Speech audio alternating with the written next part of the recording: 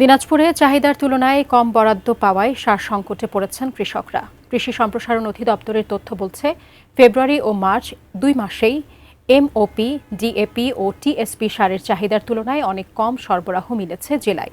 এতে বোরো মৌসুমে সময়মতো জমিতে সার প্রয়োগ নিয়ে দুশ্চিন্তায় পড়েছেন কৃষকরা। বিস্তারিত জানাতে দিনাজপুর থেকে সরাসরি যুক্ত হচ্ছেন প্রতিনিধি ভুবন সেন। ভুবন সেন, এই বিষয় নিয়ে আপনার কাছ থেকে বিস্তারিত জানতে চাই। আপনি জানেন যে দিনাজপুর কৃষিতে সমৃদ্ধ একটি অঞ্চল। এ জেলায় যেমন ধান উৎপাদন হয়, ধানের পাশাপাশি এ জেলায় ভুট্টা, আলু এবং বিভিন্ন শাকসবজি কিন্তু উৎপাদন হয়ে থাকে। তবে চলতি মাসে এখন যেহেতু ইরি বোরো মৌসুমের একদম ভরা মৌসুম চলতেছে, এই মৌসুমে কৃষকরা যেটি অভিযোগ করছেন যে সার সংকট রয়েছে। এই জেলায় তীব্র পরিমাণে বর্তমানে যে সারের সংকট সেটি কিন্তু রয়েছে।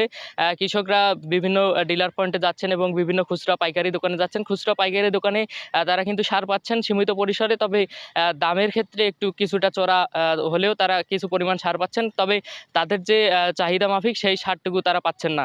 তবে কৃষকরা অভিযোগ করছেন, যারা উপসহকারী বা কৃষি কর্মকর্তা রয়েছেন তারাও কিন্তু তাদের সঙ্গে এসে কথা বলেন না।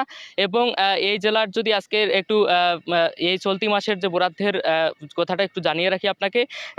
চলতি মার্চ মাসে এমওপি সারের বরাদ্দর চাহিদা রয়েছে ১০,৮৯৭ মেট্রিক টন এবং বরাদ্দ রয়েছে ৩,০১৯ মেট্রিক টন এবং একই সাথে ডিএপির যে ৪,৯৮৫ মেট্রিক টন এবং তার বিপরীতে বরাদ্দ রয়েছে ২,৯৮৬ মেট্রিক টন এবং টিএসপি ৩,৪৬০ মেট্রিক টনের বিপরীতে বরাদ্দ রয়েছে ২৮৩ মেট্রিক টন।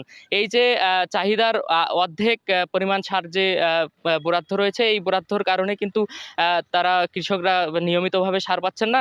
এবং আরেকটি বিশ্বস্ত সূত্রে জানতে পারা গেছে যে দিনাজপুরের যে ১৩টি উপজেলা রয়েছে, এই ১৩টি উপজেলায় সারের যে উপবরাদ্দর তালিকা আজকের মধ্যেই কৃষি সম্প্রসারণ অধিদপ্তর খামারবাড়িতে প্রেরণ করবেন কৃষি কর্মকর্তারা।